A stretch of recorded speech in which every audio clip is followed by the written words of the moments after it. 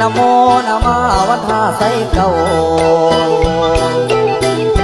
หมายพระเจ้าองค์เลือดนาโถ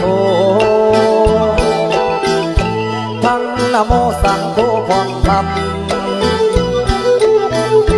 หมายผู้สั่งผู้บาอาจารย์ผู้ประทานสอนศิลปศาสตร์ผู้สลาดผู้เข้าแต่งก่อน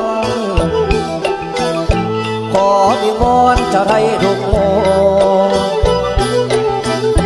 ที่เกิดอยู่ในดินแหลมทอง